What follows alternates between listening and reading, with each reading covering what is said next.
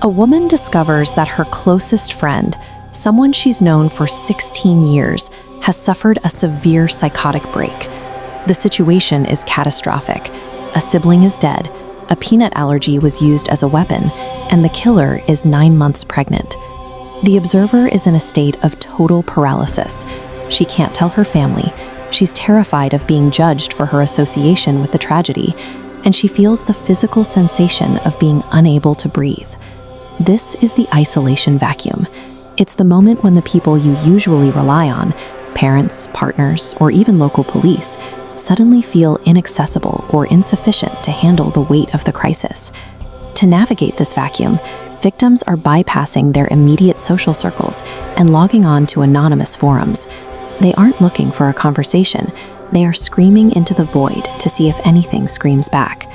These threads have evolved into something more than simple message boards. In the absence of a physical support system, they act as decentralized crisis centers. When a real-world safety net shatters, a digital crowd often becomes the first line of defense between shock and survival. Moving from shock to action usually requires an outside perspective to verify that what you're seeing is actually happening.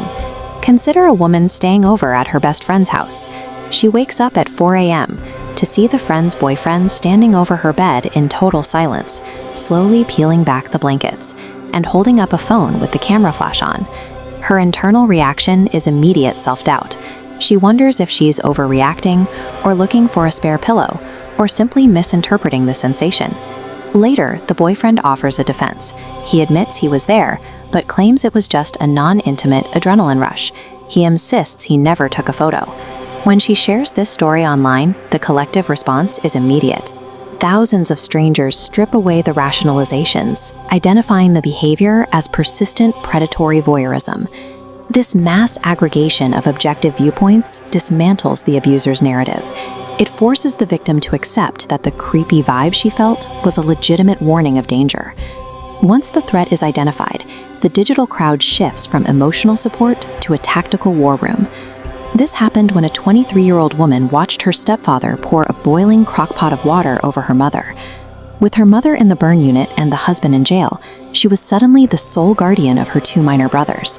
She had no knowledge of the legal system or how to navigate the next 24 hours. She was waiting for a system to help her that she didn't yet understand. This is where decentralized expertise takes over.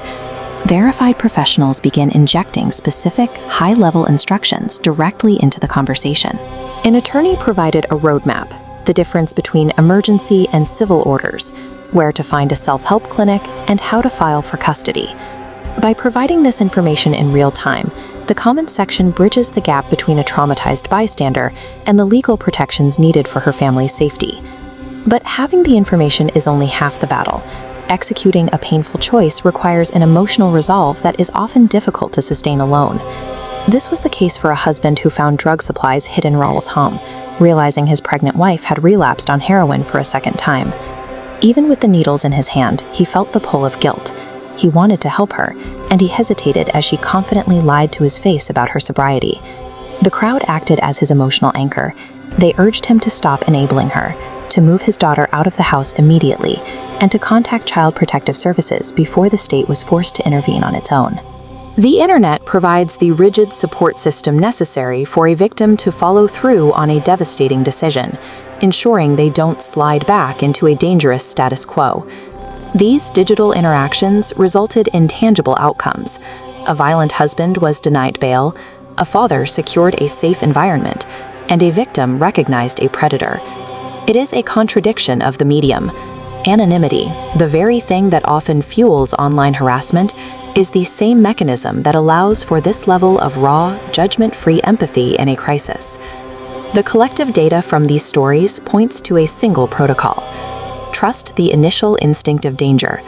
Document everything, and do not wait for the right time to ask for help. While these accounts expose how easily our closest bonds can fail us, they also demonstrate that in our most isolated hours, survival is often made possible by the intervention of strangers.